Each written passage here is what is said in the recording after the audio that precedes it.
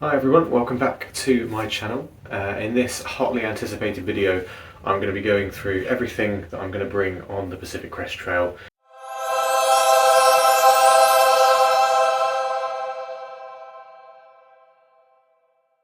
So starting off, my backpack. I've got the Osprey Exos 58. Compared to a lot of the other ultralight backpacks out there, it's not the lightest, but it's pretty light, so it should be great. I've tested it out, it's really comfortable for me. Big fan of Osprey backpacks. And it's 58 litres, so plenty of space for everything for when I get to the Sierras and I need to carry like a bear can, ice axe, crampons, which I don't have with me now. I'm going to get those probably when I get to a place called Kennedy Meadows. I also have this Gossamer Gear little phone pouch, so phone will go in here, nice easy access again, leaves room for more snacks in the side pockets down here, or hip belt pockets, and I've also got a little wallet where I'll just keep my cards and some cash, so that's the bag. The tent I'm bringing is the Durston Gear X-Mid 2, which again isn't necessarily the lightest tent out there. It's still pretty light, especially for a two-man tent, but this is, I just wanted something a bit more luxurious, so I've got loads of space, and it's great as well because you can literally just like shove everything in the bag and you don't have to worry about folding it up nice. It's got an inner and an outer, so you can connect the inner to the outer, so you can pack it up all in one and then set it up all in one, so it's really quick, nice and easy to do. Yeah, that's the tent.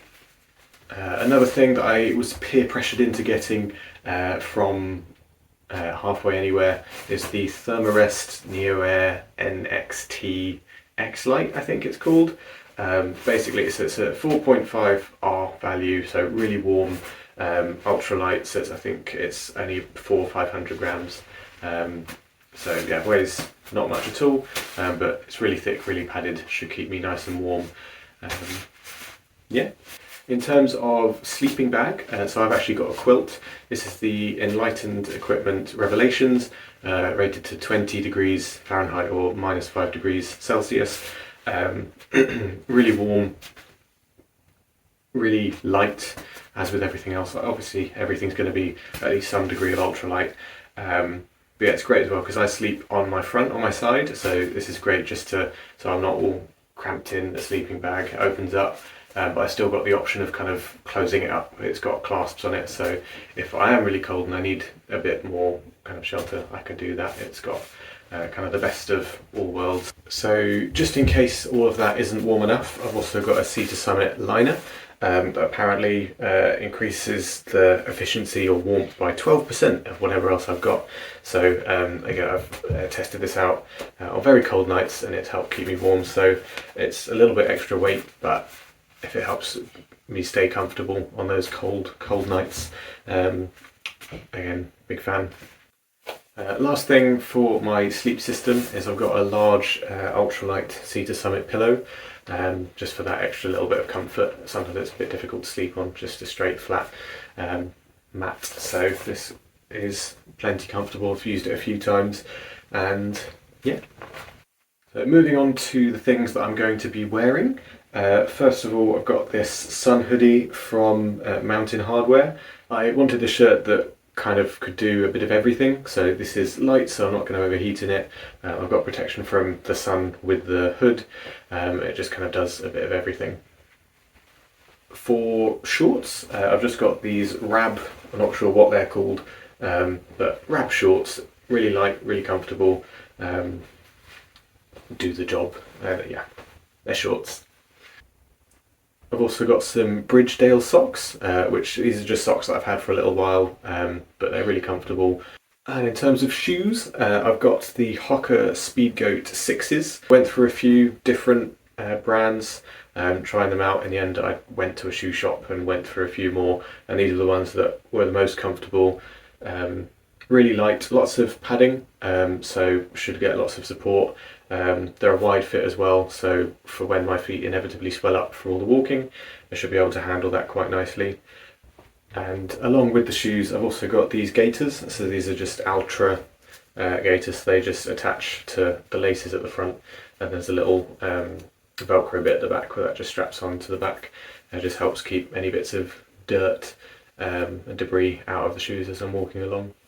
And these don't really count as worn necessarily, but I'm going to be carrying these around most of the time. So I've got these Black Diamond Pursuit poles. One of the reasons I got these is that they actually have a little tool inside, so that if the clasps to undo them, if that gets loose over time, and these start slipping, then I can tighten them up, which is really useful just in case things start getting loose while I'm walking about. So now on to the kind of the extra clothes bits. So I'll probably be wearing this most of the time, but it's a buff cap, and one of the reasons I got it is that I can just crumple it up, shove it into a pocket, and then get it out again, and it's just as good, so it doesn't like fold up or anything like that. It's really light, blocks out the sun, all that good stuff. And then for obviously I'm assuming it's going to be sunny quite a lot of the time, so sunglasses. I've just got these prescription sunglasses from Specsavers, so I'll be swapping those out. In terms of gear to help keep me warm, starting off with just a little mid layer, I've got this mountain equipment fleece, which I've had for a little while now. It's starting to fall apart a little bit. I don't know if you can see it's got some holes in the back, but still works fine. So I'm going to use it until it completely falls apart. In terms of gloves, I've got these Patagonia mid-liner gloves. Can't remember their exact name, but I'll put it in the description. So not the most intense, but as with everything, super light and helpful for just that extra little bit of warmth when I need it. Also have a buff, again, nothing too intense, but just an extra little bit of warmth to help keep my neck warm, maybe if I'm asleep. I found actually I quite like using this as basically a pillowcase as well, just so my pillow's a little bit more comfortable than the material it's got, so nice and versatile. For a warm hat, I've got this Rab Ultralight, similar kind of material as the fleece. It may look a little bit like a swimming hat, but I haven't actually tested it out in the water, so maybe it could serve a dual purpose. We don't know yet, but it definitely keeps my head warm, and that's the main thing. My final kind of warm layer is this Rab fleece. It's the Rab Cirrus Flex Pro. And again, I've had it. This is something I've had for a little while now. Super warm, and it stores up really nicely. So this pocket, you can basically turn the coat, not inside out, but put the coat inside itself so it folds up quite nice and easily. I can just shove it anywhere and just take it out. And it's artificial insulation, so it doesn't like lose any of the warmth if it gets wet, which is really handy. When it comes to waterproofs, I just went for a cheap and cheerful Frog Togs jacket. It's really light, but you can probably tell that it's not the most strong material. I've already kind of taped it up a little bit, so I might get another one depending on the weather, but I'm not expecting it to rain too much, so it should be fine just to be shoved away and then as I need to use it. But yeah, like, it's incredibly waterproof, not incredibly breathable, but I don't need it to be. Only costs like 20-25 quid. I've also got some rain over trousers or rain pants. So these are the Innovate rain pants, and just for that little bit of extra protection. Again, I'm not expecting it to rain much, but I'm heading out a little bit early in the hiking season, so I might run into some snow, or it might be nice just to have an extra waterproof layer on my legs instead of my shorts. So that's kind of it for the main clothes. I'm also going to bring an extra top, mainly just to have an extra layer to sleep in, but if the other one like gets broken or anything, I've got a spare layer. It's not a sun hood or anything like that, just a light Montane base layer that's nice and reliable, as with everything, and super light, as with everything else as well. And for a little bit more warmth while I'm sleeping, I've just got these regatta leggings. If it gets super cold, just an extra layer to keep my legs warm while I'm asleep, or if I need it walking around. Similar to the leggings, I've also got a spare pair of socks that I'll mostly use for sleeping in for a bit of extra warmth, and if my other socks are soaked, I can swap them out if I need to. Not really clothes, but for camp shoes, I've got these. They're the Lakeland Allenby. I just got them off Amazon. and it's just for when I'm staying in camp, just to, if I need to let my other shoes dry out for a bit, I can wear these around. So this will be the main way that I'm going to be carrying water around. I'm also going to carry two 1 litre water bottles, so I'll have about 4.5 litres of water at any one time if I need that much. And yeah. In terms of water treatment, so I've got the Sawyer Squeeze. So it comes with a little water bottle that I can put water in, filter it to put in my water bottles. So I'm going to bring that to begin with, and we'll see if I use it, if I get rid of it as I go. But yeah, so basically I'll put water in this or in another bottle, screw this to the top, and then just wait for the water to come out, and that should be good to drink. In terms of cooking food, I've got this MSR Deluxe kit, so it came with a pot as well. So this is the stove itself. One of the reasons I got this is that it's got this clicker that apparently is really good for just lasting a long time and not breaking, because it's like self-contained within a little shell. I'm going to bring a lighter as well just in case, but yes, this will be how I cook most of my food. You might be wondering, Alex, how are you going to eat all this food? And I tell you, with a spoon. So this is a Cedar Summit ultralight aluminium. It's a long spoon, so I can get inside the pot and any other kind of pouches that I might be eating from.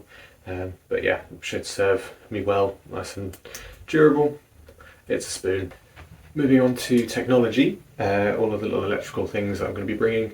For earbuds or headphones, I've got these Shocks Open Run, which battery lasts at least a whole day.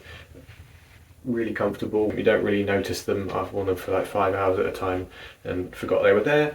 When you take them off, you can just put them around your neck, or even just leave them there, keep it paused, and you can still hear everything. For a head torch, I've got the Nightcore NU25, which is really light, really easy to use. The battery lasts a while, never run out of battery using it. It's got multiple settings, even a red light one as well. But flashes, so I can have a little rave in my tent if I wanted to. Nice and easy to use, reliable, good. I've also got the Garmin InReach Messenger, which is a satellite communication device.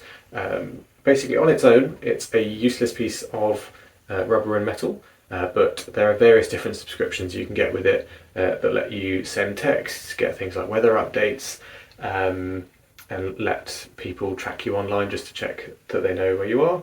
And it's also got this SOS button on the side, so if I'm in a bunch of trouble and I'm not with anyone, I can use that to get in contact with Garmin, who can then get mountain rescue or whoever. So it's one of those things that hopefully I won't have to use, but it's really good just to have.